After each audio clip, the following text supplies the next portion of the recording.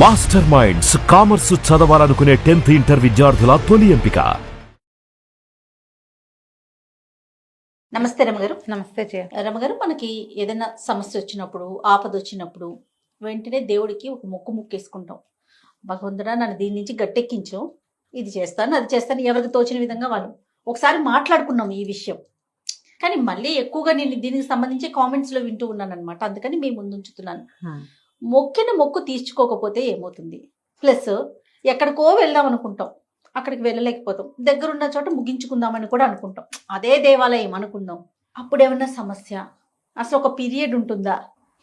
ఏదంటారు చూడండి, సూక్ష్మంలో మోక్షం. కరెక్ట్గా చెప్పింది రమగారు. అంతే. ఓకే, అలాంటివి ఏమన్నా ఉంటాయా? సూక్ష్మంలో మోక్షం ఉంటుంది. వేల్పుల మొక్కులు 1000 ఏళ్ళు, దేవుళ్ళకి మొక్కిన మొక్కులు ఎన్నాళ్ళకైనా తీర్చచ్చు. ఇంకొక డౌట్ చూడండి. ఇప్పుడు ఫర్ ఎగ్జాంపుల్, మన ఇంట్లో ఎవరికో బాగోలేదు, అమ్మ నేను వచ్చి నీకు చీర పెట్టుకుంటాను తల్లి, తగ్గిపోతే అని అట్లా అనుకున్నాం ఫర్ ఎగ్జాంపుల్. ఆ వ్యక్తిని కూడా తీసుకెళ్లాలా, మనం వెళ్ళి తీర్చుకురావాలా? ఏ వ్యక్తిని?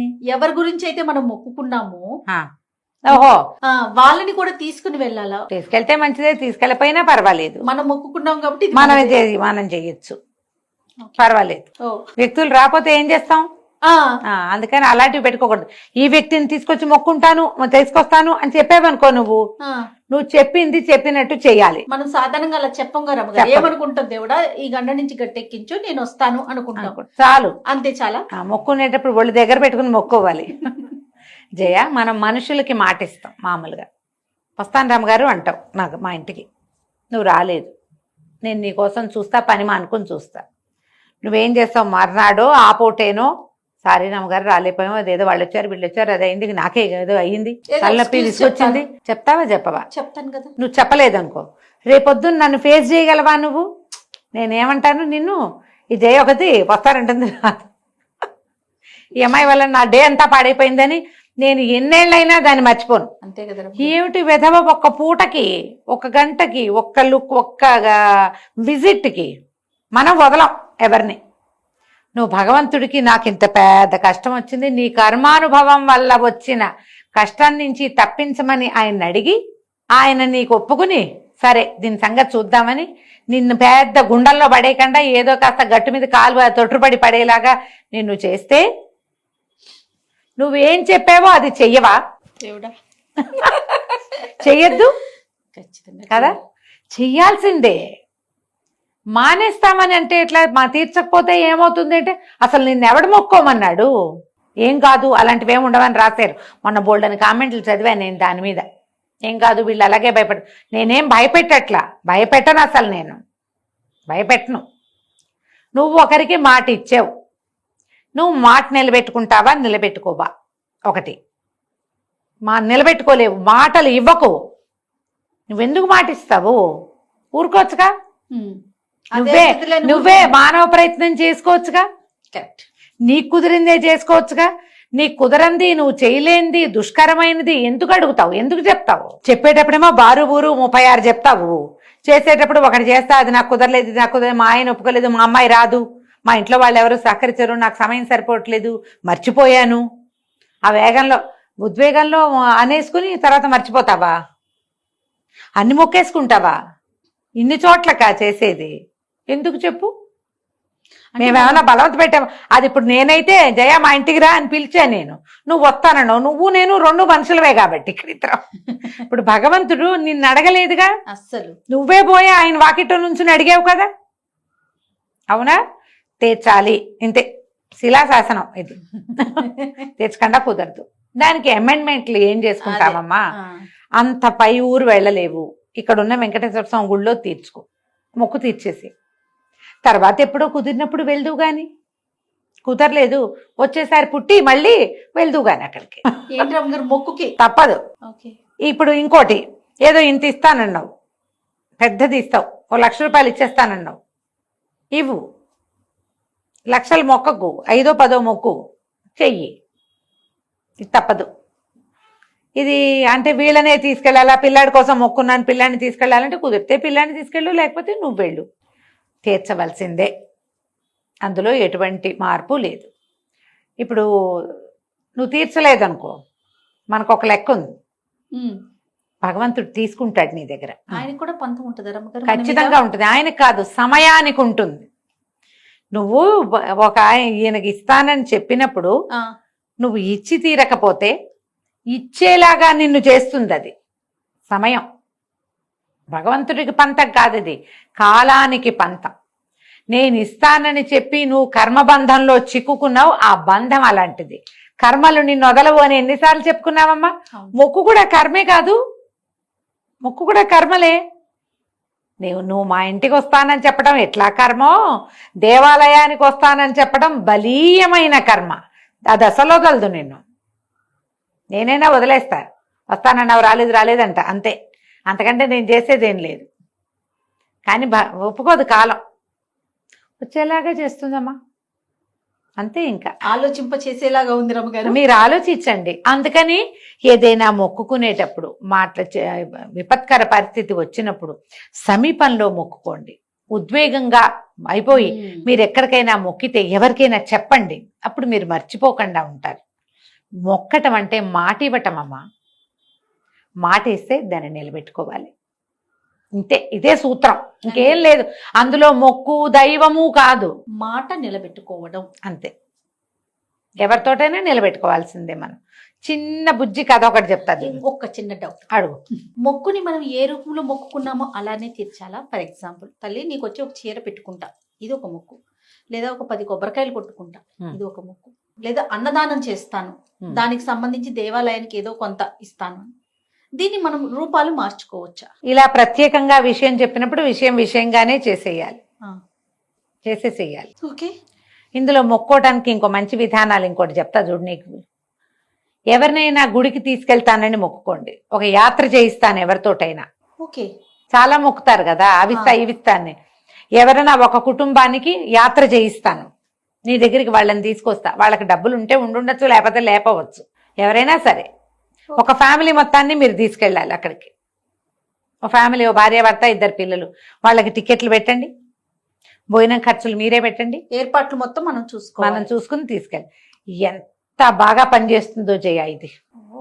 ఎప్పుడు మాట్లాడుకోలే. ఎవరికైనా యాత్ర చేయించటము చాలా మంచి ఫలితాన్ని ఇస్తుంది. నేను మిమ్మల్ని గుడికి తీసుకెళ్తాను రండి అని ఎవరైనా ఫ్రెండ్స్ని పిలిచామనుకో, మనిద్దరం కలిసి గుడికి వెళ్తాం వేరు, మనం ఆ వాళ్ళని తీసుకెళ్తాం వేరు. పాయింట్ అర్థమైందా నీకు? రైట్. మనమే వెంబడి పెట్టుకెళ్తాం, అదేదో ఊరు వెళ్తాం, వీళ్ళు తీసుకుపోతాం. పొద్దునుంచి సాయంత్రం దాకా ట్రిప్పు తీసుకెళ్ళి, మధ్యలో వాళ్ళు దక్షిణ కానుక వాళ్ళది వాళ్ళే వేసుకుంటారు, పర్వాలేదు. యాత్ర ఫలితం నీ అకౌంట్లో పడుతుంది. ఓకే. ఇప్పుడు షూటింగ్ల కోసం అప్పుడప్పుడు మిమ్మల్ని తీసుకెళ్తాం, నీదే అది సుమన్ టీవీగా పడిపోతుంది అది. ఒకవేళ నన్ను ఎక్కువ గుళ్ళకి తిప్పావనుకో నువ్వు, అదంతా నీదే. నాకే నేను చూసిన ఫలితం, నేను దక్షిణ వేసిన ఫలితం, నా పేరిట అక్కడ నేను అర్చన చేయించుకుంది నాది, నన్ను తీసుకెళ్లిన ఫలితం నీది. ఓకే, బాగుంది కదా పాయింట్. నెక్స్ట్ వీక్ నుంచి వరుసగా టెంపుల్ షూట్స్ పెట్టుకున్నాం. నెలకు 5-6 టెంపుల్స్ తీసుకెళ్ళండి మరి. అదే కదా, బోల్డంత పుణ్యం వస్తుంది మీ అకౌంట్ లో. సో ఇది ఒకటి ఉంది, యాత్రా ఫలితం చాలా మంచిది. ఇది ఒక మొక్కుగా మనం మొక్కుకోవచ్చు. ఏదైనా ప్రాబ్లం పూర్వకాలంలో అందుకే తండోపతండాలుగా యాత్రలు అట్లా అంత గుంపుగా గుంపు తీసుకెళ్లే వాళ్ళు కదా. ఒక ఫ్యామిలీ మిగిలిన వాళ్ళందరినీ తీసుకెళ్తారు ఉండేవి అప్పుడు. బాగుంది రమ్మగారు. ఖర్చులు పెట్టుకుని మనమే తీసుకెళ్తాం. ఓకే, చేయొచ్చు అట్లా. అయితే కథ చెప్తా చూడు.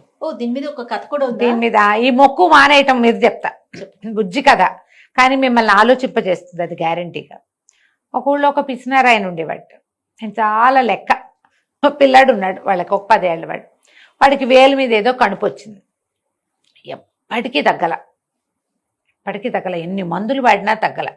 ఏదో దైవాపచారం జరిగిందని భార్య ఘోష పెడుతుంటే ఆంజనేయ స్వామికి వాళ్ళ ఊళ్ళో పెద్ద గుడి ఉంది, ఆయనకి దండం పెట్టాడు. వాళ్ళ ఇలవేల్పు వాళ్ళకి ఒక కులదైవం. దండం పెట్టి, ఆంజనేయ స్వామి బంగారు తండ్రి, నువ్వు ఎక్కడుంటావో నాయన, నా పిల్లని రక్షించు, వీడు వేలు కొట్టేస్తారు ఏమిటోను, మరి నీకు వడమాల వేయించి అప్పాలు పోయిస్తాను నాయన అని దండం పెట్టుకున్నాడు. స్వామివారి మహత్యంతో మెల్లిగా వేలేటగో తాపిగా తగ్గుమొహం పట్టింది. వేలు కొట్టేయాల్సిన పని లేకుండా గోరు ఊడిపోయింది. పిల్లాడు ఏదో కొన్నాళ్ళు ఇట్లా చేయి పైకి పెట్టు తిరిగాడు, కానీ మేము నిదానంగా తగ్గింది. బయటకు వెళ్ళటం మొదలుపెట్టాడు. భార్య గుర్తు చేసింది, ఏమండి మొక్కుంది అని. అవును, వడమాలు ఎందుకులే స్వామివారికి, 2 ఎందుకు, వడమాలు మాలాను అప్పాలు పోయిచ్చేద్దాం అని చెప్పాడు. సరే అప్పాలు పోయించే రోజు వచ్చింది. 200 రూపాయలు కట్టాలి అప్పాలు పోయాలంటే గుళ్ళో.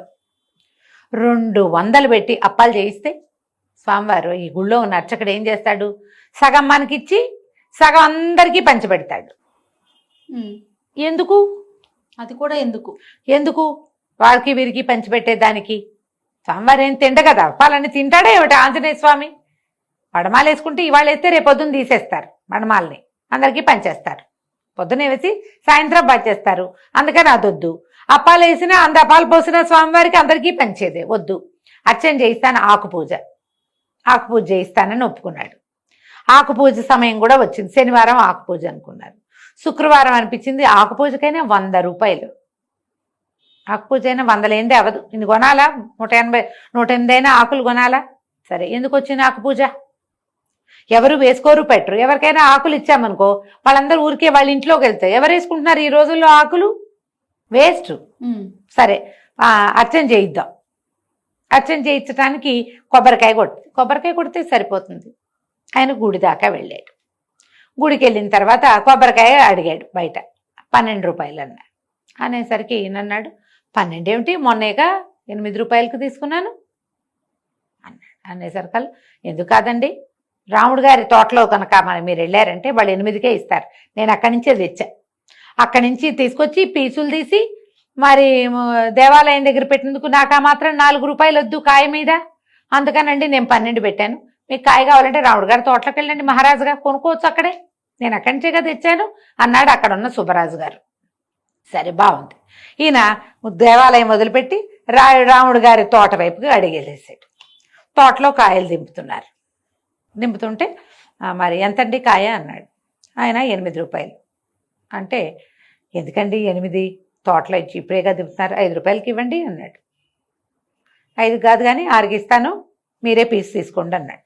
పీచులు తీసిస్తాం మేము, పీచు తీయద్దు అంటే మీరే తీసుకోండి, 6 రూపాయలు ఇవ్వండి. సరే కొబ్బరికాయ తీసుకున్నాడు. నేనే పీచు తీసుకుంటా, ఏముంది మనకు వచ్చిన పనే కదా. గుణప నిలబెట్టి ఉంటుంది, పల్లెటూళ్ళల్లో తీసే అలవాటు ఉంటే కొబ్బరికాయ పీచు ఎట్లా తీయాలి, కాయను పట్టుకుని గుణపని గీసి ఇట్లా కొట్టి ఇట్లా లాగితే డెప్ప వస్తుంది. ఈయన బాగా లాగాడు, వచ్చింది చెయ్యుడి చేతిలోకి వచ్చింది. గుణపం మీద కొబ్బరికాయతో పాటు ఈయన చెయ్యి కూడా దిగిపోయింది. లబో దిబో రాముడు గారు వాళ్ళ పాలేరు కలిసి ఆ గుణపాన్ని ఎట్టగో ఇతని చేతి నుంచి బోడ తీశారు. చెయ్యి సగం చీరిపోయింది. ముందు వెనక కుట్లు పడి వేయాల్సి వచ్చింది. ఆసుపత్రికి వెళ్లాల్సి వచ్చింది. ఆ ఊళ్ళో ఒంటెద్దు బళ్ళు ఉన్నాయి, ఓ బండెక్కిచ్చారు.